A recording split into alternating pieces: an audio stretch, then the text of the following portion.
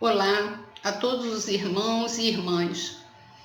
Espero que todos estejam bem de saúde, assim como suas famílias. Meu nome é Sônia. Estou muito agradecida pelo convite que me foi feito para participar desse momento em que muitas casas espíritas estão se esforçando ao máximo para manter as suas atividades em dia e atendendo às necessidades de seus frequentadores. É o Centro Espírita em movimento, superando os obstáculos e agregando cada vez mais. Isso é muito importante ressaltar, tá? Então, fica aí já o meu agradecimento por esse convite. E nós vamos, então, contar com o amparo e a proteção da espiritualidade benfeitora, contar com as bênçãos de Jesus, com a permissão de Deus, nosso Pai, para que possamos realizar esse estudo. E o tema que eu trouxe para vocês hoje é: reconcilia-te com o teu adversário enquanto estás a caminho com ele. Esse ensinamento de Jesus está no Evangelho de Mateus, capítulo 5, os versículos de 23 a 26. E no Evangelho segundo o Espiritismo nós vamos encontrar lá no capítulo 10. Tá? Então, essa orientação de Jesus, esse ensinamento, é bastante direto, bastante objetivo.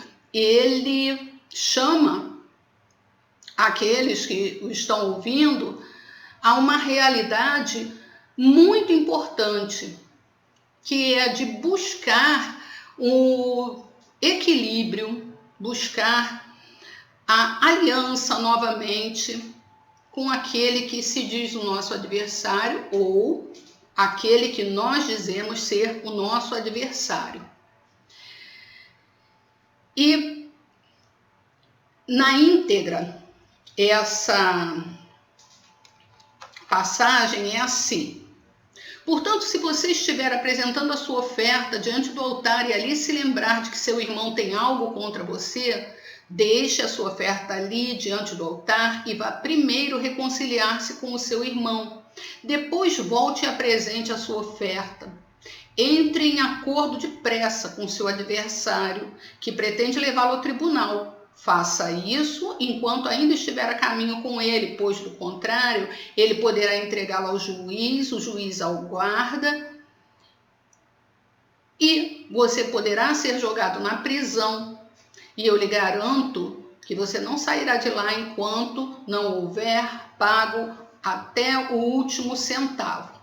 Então, essa advertência de Jesus é bastante objetiva.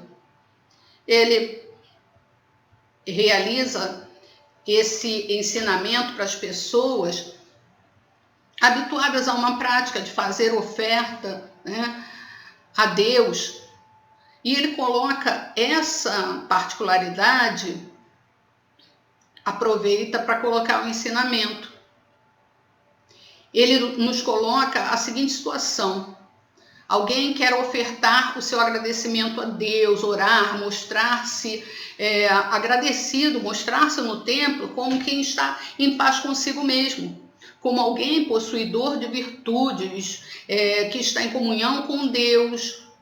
No entanto, Jesus adverte: para que isso seja legítimo, para que a sua oferta, né, ela seja verdadeira, você precisa estar com o coração leve, livre de ressentimentos, de pensamentos de ódio, de rancor pelo seu semelhante.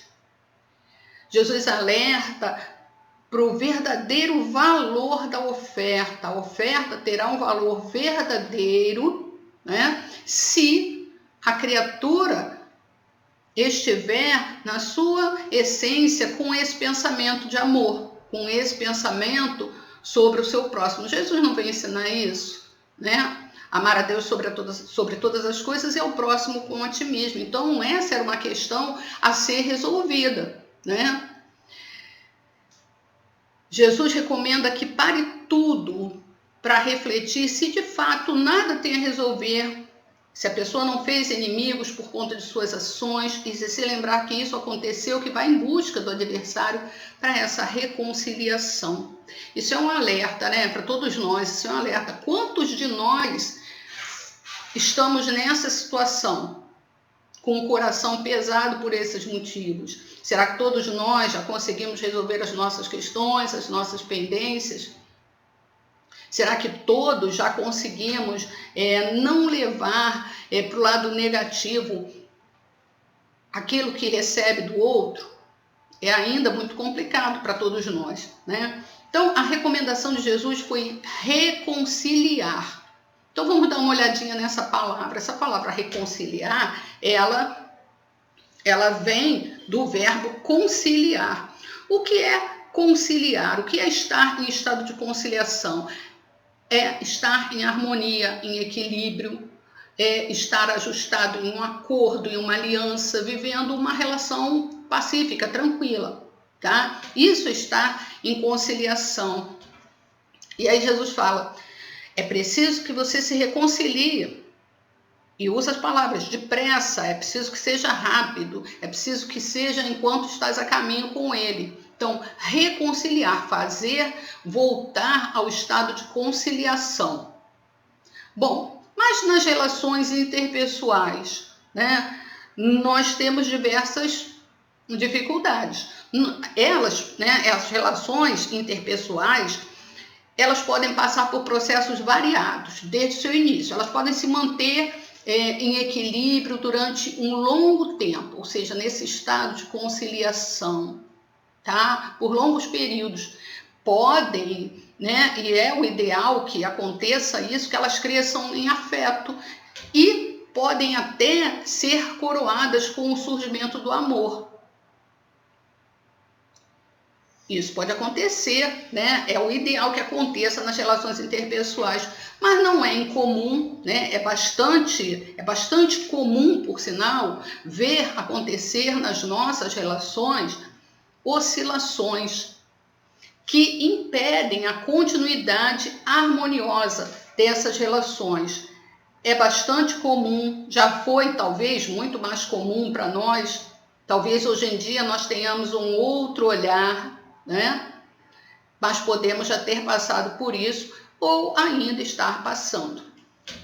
Bom, se relacionar com o outro é um pouco complicado às vezes. Então, vou fazer uma comparação, uma breve comparação aqui. Eu vou comparar as relações que nós temos, as relações entre as pessoas, com a estrutura de um texto narrativo, de uma história. O que acontece numa história, né? A história apresenta uma situação inicial de equilíbrio. Qualquer história, tá? Uma história infantil, uma história para adolescentes, uma história para adultos, qualquer história. Toda história apresenta uma situação inicial de equilíbrio. Esse equilíbrio se mantém até que surge uma complicação, ou seja, surge um momento de desarmonia, surge um conflito.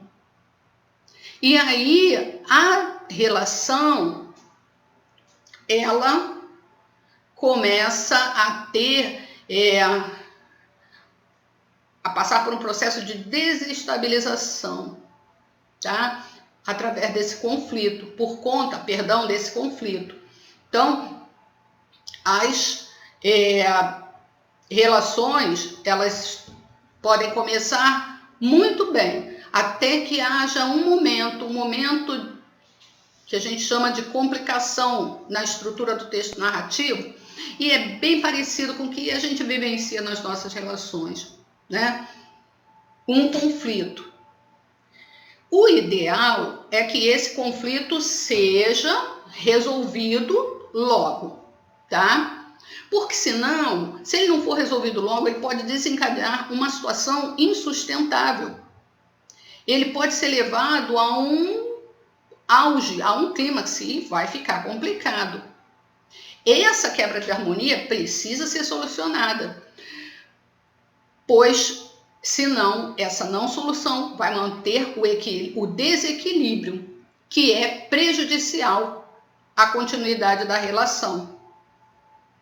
Vamos, lembrando de quantas vezes aconteceu isso conosco nas nossas relações. Quantas vezes, Quantas vezes, por conta de uma situação pequena, a relação entrou em desequilíbrio, Foi gerado um desequilíbrio.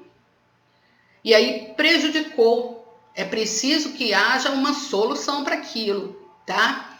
Bom, esse desequilíbrio, se for mantido, ele vai gerar essas ondas perturbadoras que vão acabar por deixar a situação insustentável. E aí nós vamos imaginar o seguinte, vamos fazer aqui um exemplo com um lago tranquilo, nenhum vento, nada, e o espelho d'água está lisinho, transparente, cristalino. E aí, o que temos? Alguém vem e joga uma pedra no lago.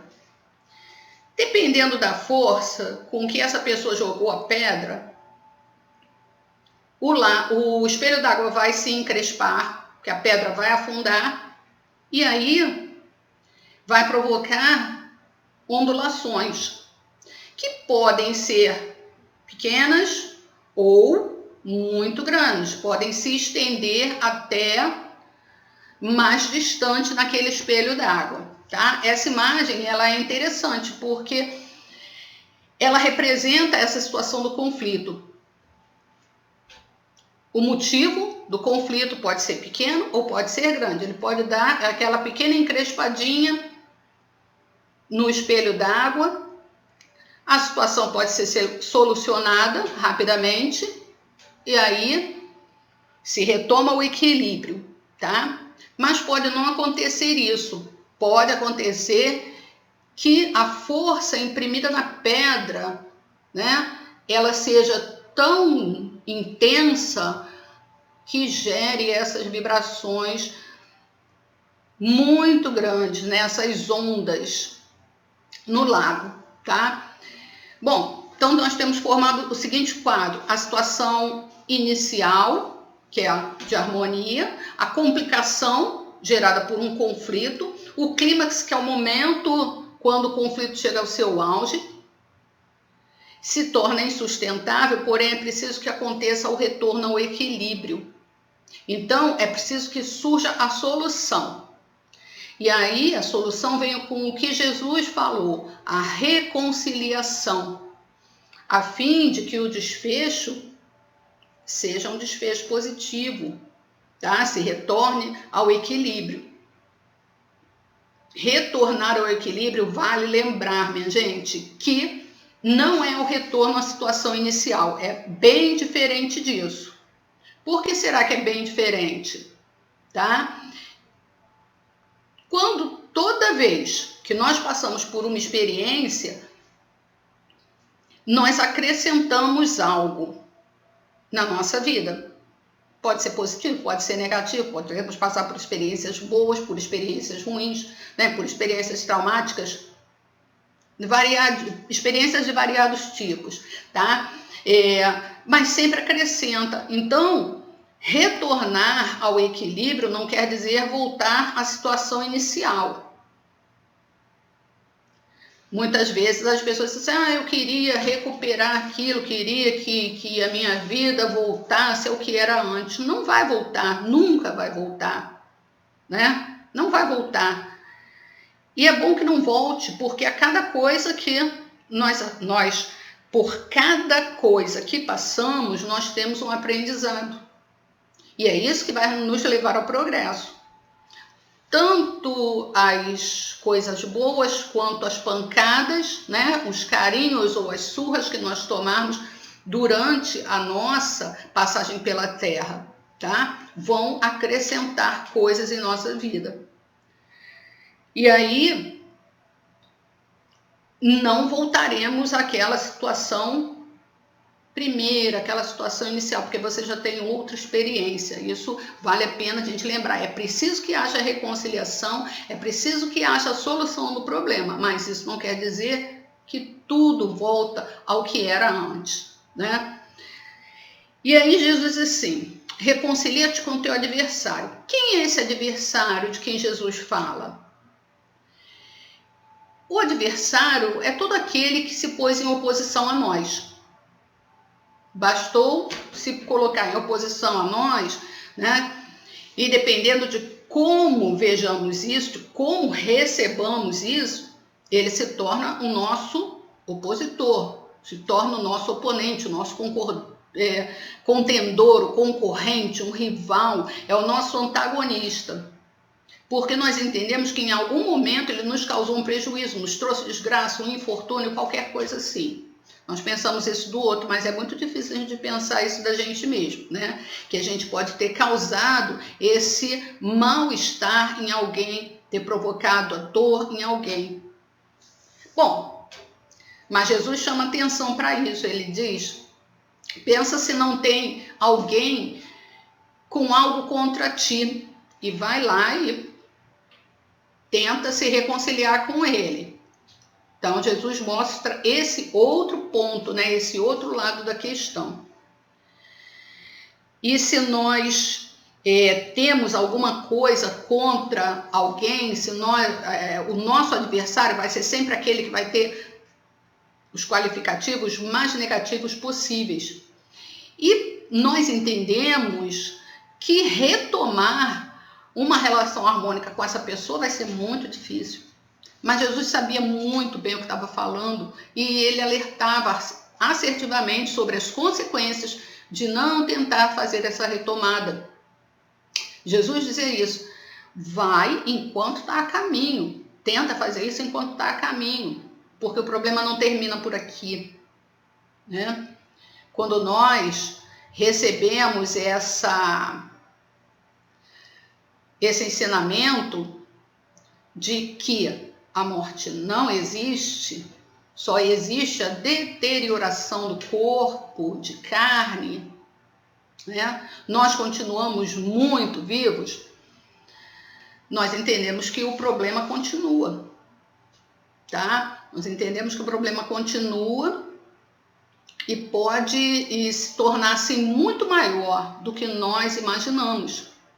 E Jesus se refere a isso quando ele diz: vai, né? Porque o teu adversário pode te entregar para o juiz pode te entregar para o guarda, entender que, né, que a culpa é toda sua, e te entregar para o guarda, e o guarda vai te colocar na prisão, né? Essa prisão que é a prisão dos sentimentos, se você não tentar solucionar essa questão, é a prisão dos sentimentos, é a prisão que você está, né, do rancor, alimentando isso por muito e muito tempo.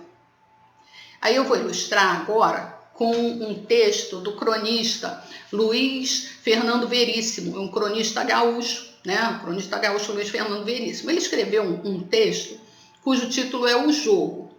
Os personagens principais são dois meninos de 8 anos. E a história começa com eles brincando. Olha que maravilha, a situação inicial harmônica, estão brincando. E aí, de repente, um joga a sua bolinha de gude e diz que a sua bolinha de gude encostou na bolinha de gude do outro, o que daria direito a ele de pegar a bolinha daquele. E o outro disse que não, desmentiu, não. E eles brigaram por esse ponto de vista. Encostou, não encostou, encostou, não encostou, brigaram aos tapas. Brigaram aos tapas, as mães precisaram separar. Dali para diante, como não houve solução daquele problema, o conflito cresceu. Ele só fez crescer. Chegou a uma proporção tão grande que os dois, após muito tempo, após terem se tornado adultos, homens bem-sucedidos, os dois engenheiros, cada um tentava prejudicar o outro financeiramente e moralmente. Eles tentavam fazer isso, passaram a vida fazendo isso. até que chegam às vias de fato, quando numa disputa, numa contenda, eles acabam morrendo, eles acabam desencarnando, e até naquele momento, quando eles estão, né, morrendo, eles ainda se lembram do motivo pelo qual eles brigaram. Um motivo que foi uma brincadeira de criança. Bom, esse texto de ficção, ele pode representar perfeitamente para a gente um detalhe do qual nós precisamos falar, que é o motivo dos conflitos. Porque a recomendação de Jesus é assim, olha, se alguém tiver alguma coisa contra ti, vai lá e te reconcilia com ele. Né? Ele mostrou esse lado, de que alguém pode ter algo contra nós, mas nós podemos ter algo contra outra pessoa. E qual foi o motivo disso? Qual foi o motivo do conflito? Né? Para esses dois personagens foi uma coisa tão boba, tão insignificante, que durou, né? Foi cultivado durante uma vida inteira. Agora, qual o tamanho, né, desse motivo? Qual é a dimensão desse motivo para que muitas animosidades se sustentem durante muito tempo? Às vezes acontece de uma pessoa dar uma resposta atravessada para nós porque ela acordou e não está num dia bom, e nós tomarmos aquilo como uma grande ofensa. E nós podemos fazer isso também com outra pessoa, um olhar que pode parecer de desprezo, que alguém dê para nós ou que nós, né, projetemos em alguém um olhar desse tipo. O sucesso inesperado de uma outra pessoa que pode ofender. E aí a gente tem, né, tem um outro sentimento aí que seria o despeito, a inveja. Violências, os motivos maiores, grandes motivos, né? Uma palavra de ofensa, uma violência verbal, uma violência física, uma violência insana cometida por dinheiro, uma violência cometida porque alguém estava movido por uma obsessão,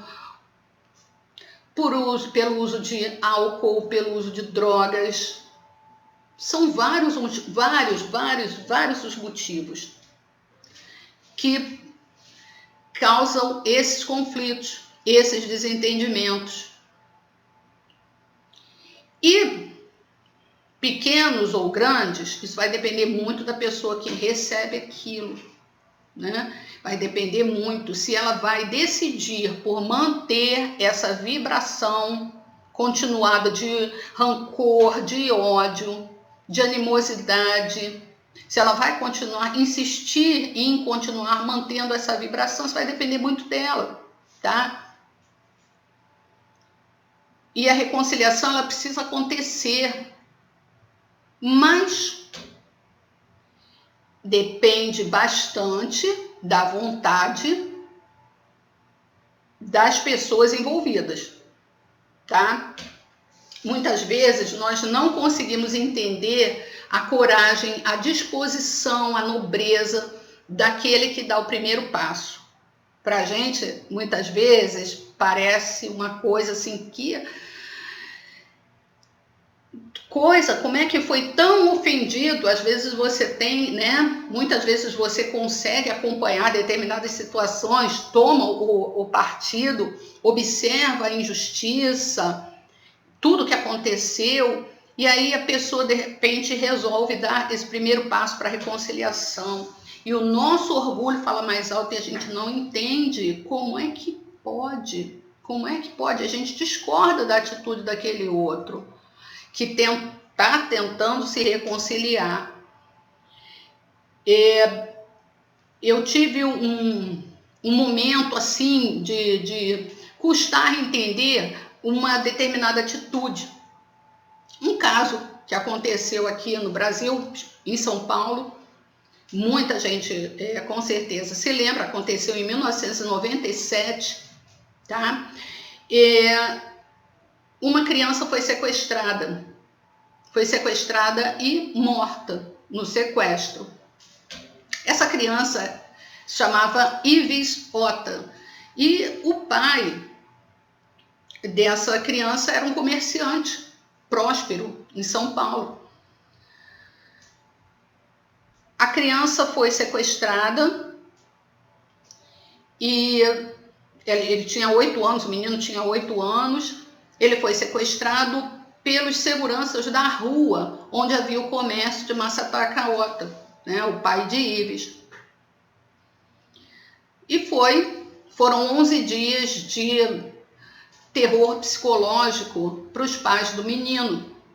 Só que o menino, ele reconheceu um dos sequestradores que faziam a segurança do comércio de seu pai. E foi isso que provocou a morte do menino.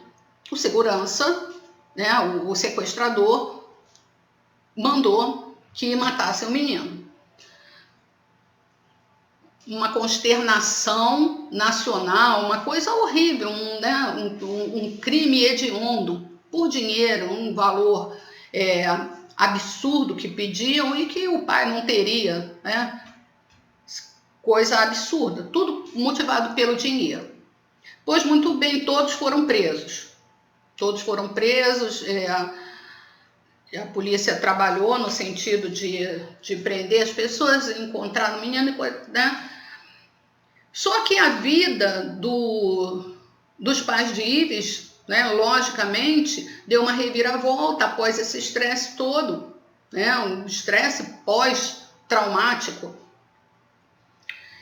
E a vida, né, do pai se encheu de ódio, o coração do pai se encheu de ódio, muito ódio mesmo, que ele relata numa entrevista assim, bastante comovente. Se encheu de ódio. E aí ele conheceu o Espiritismo e descobriu, olha que maravilha, descobriu através do Espiritismo que a morte não existe. E que o filho continuava vivendo.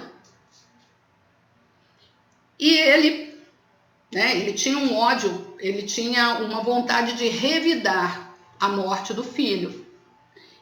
Ele tinha isso na sua mente. E a partir do momento que ele descobre toda essa revelação, né, que o Espiritismo traz, a morte não existe, existe um outro plano, né, de vida, ele começa a querer retornar ao equilíbrio, colocar a sua vida nos eixos, porque, como ele relata, estava toda bagunçada mesmo, por conta de todo aquele trauma pelo qual ele passou junto com a família. E aí ele toma uma atitude, ele resolve entrar em contato com os sequestradores e assassinos do filho. E ele diz que ele foi e pediu que Deus o guiasse naquela situação. Ele queria estar cara a cara com aqueles homens e pediu que Deus o guiasse naquela situação. E naquele momento ele decide por perdoar aqueles homens. Ele deu o primeiro passo em direção à reconciliação. Isso não quer dizer, gente, que ele teria uma relação afetiva com aquelas criaturas que assassinaram o seu filho. Isso quer dizer que ele se livraria do ódio que ele carregava, e ele relata isso, que ele precisou de coragem e ele precisou ter, né, muita fé que Deus o estava inspirando. E ele consegue tirar de si esse ódio que o estava esmagando, que estava deteriorando a sua vida. E na época, quando eu ouvi essa notícia, quando aconteceu isso, eu fiquei assim, pasma. apesar de, né, já estar há algum tempo no espiritismo, eu fiquei pasma porque eu me coloquei naquele lugar dele. Será que eu teria essa coragem, essa disposição de andar, de dar o primeiro passo em direção à reconciliação? Assim, ele foi muito corajoso e muito confiante, teve muita fé. E diz que a vida dele mudou de fato, porque ele conseguiu seguir adiante. Ele ainda tinha família, né, com filha, mais uma filha e tudo mais, e ele precisava, né, voltar ao equilíbrio, que não quer dizer, relembrando, voltar à situação inicial. Muito menos de convívio com aquelas pessoas que cometeram o crime, mas sim se livrar do ódio, se livrar do rancor. Entender que naquele momento, quando as pessoas praticaram aquele ato, elas estavam doentes, né? A doença de caráter. E eles precisavam se entender, né? Essas pessoas precisavam se entender, se conhecer. Mas ele dá a oportunidade de ele não nutrir esse ódio para o resto da vida dele, porque ele sabia que teria consequências no plano futuro, tá? Na passagem anotada por Mateus, o mestre apresenta uma circunstância muito interessante no processo de reconciliação, que é essa, né? Reconcilia-te enquanto estás a caminho com ele. Nessa informação que tem a palavra enquanto, que vai nos remeter a tempo, né? Enquanto estás a caminho. Ele está caminhando com ele, aconteceu alguma coisa, soluciona o problema, né? E Jesus mostra, ele chama a atenção, é preciso, uma urgência em solucionar esse problema. E nesse ensinamento está embutido o que o Masataka Ota descobriu, o conceito de imortalidade da alma, que o Espiritismo nos trouxe, né? E que as escolhas, a decisão das nossas escolhas, elas terão consequência no outro plano também, no plano espiritual, no plano extrafísico. Está embutido esse conceito nesse ensinamento. Então, por isso a urgência, por isso nós precisamos nos esforçar. E é um esforço, hein, gente? É um esforço. O passo na direção da reconciliação vai ter que mobilizar muita coisa dentro de nós, tá? São as coisas relativas ao nosso orgulho. Jesus adverte sobre esse efeito desagradável, né, que pode acontecer de você ser entregue ao juiz pelo seu adversário, o juiz te entrega ao guarda e o guarda te põe na prisão e depois você vai ter dificuldade para sair. Porque você vai ficar enredado nesse sentimento de ódio, né, gerando uma complicação muito maior de uma solução assim muito mais demorada, muito mais difícil. E a gente observa o seguinte, né? Quando nós guardamos rancor, isso aí já é motivo de pesquisa, né? De pesquisa científica. Quando nós não perdoamos, nós adoecemos com mais facilidade, a nossa imunidade cai, nós adoecemos com mais facilidade, né? Quem leva esse sentimento para além do túmulo tem uma grande tendência de se envolver num processo obsessivo com esse adversário. E aí ele fica nessa prisão do ódio, né? O ódio que vai aprisioná-lo durante bastante tempo. E a literatura espírita, ela nos mostra alguns casos em que os espíritos eles se mantêm teimando nessa situação, renitentes nessa situação.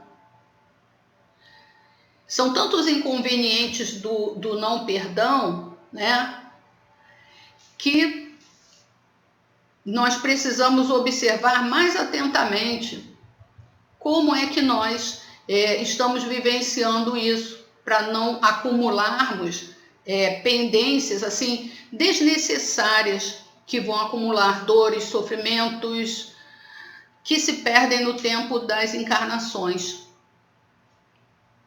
Kardec aponta duas espécies de efeitos causados pelo esquecimento das ofensas. Um é moral e o outro material. Quando a gente esquece a ofensa, e, gente, esquecer, né, o esquecimento das ofensas quer dizer passar por cima daquilo. Vamos lembrar do caso que eu falei aqui agora. Masataka Ota não vai esquecer que perdeu um filho, que teve um filho assassinado. Não vai esquecer isso, mas ele vai viver com isso.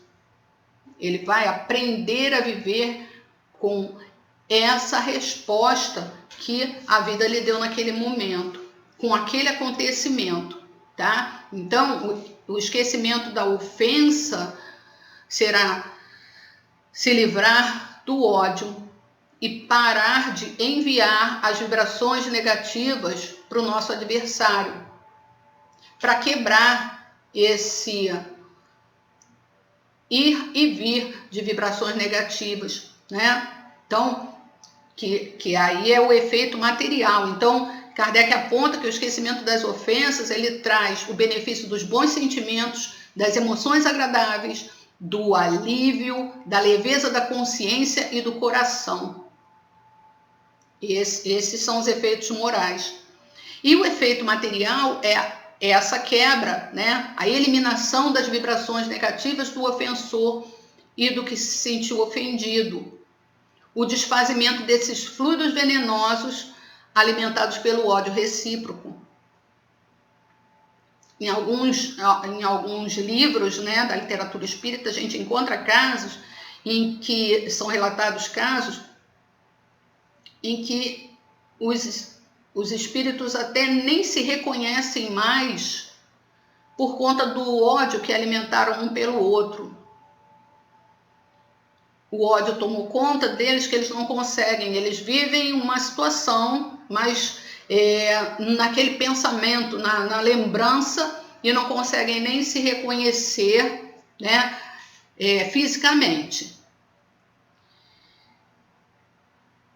Para a nossa reconciliação, não há certeza se o nosso adversário está disposto a se reconciliar conosco. Não sabemos isso. Mas é certo que nada vai acontecer sem a nossa boa vontade. Boa vontade mesmo, a nossa disposição, a nossa coragem de buscar a harmonia perdida pelo esquecimento dos males recebidos. Se não tivermos a boa vontade, se não tivermos a atitude de dar o primeiro passo, tá? Não saberemos se o outro também estará disposto à reconciliação.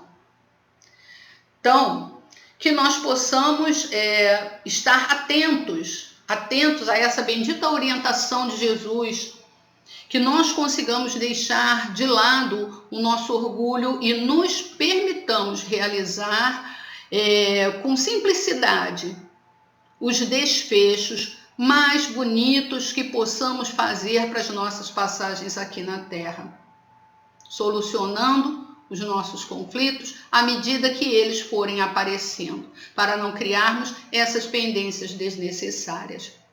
Fico por aqui, agradecendo mais uma vez a participação nesse momento, agradecendo a todos do Acena, e deixando um abraço muito carinhoso para todos.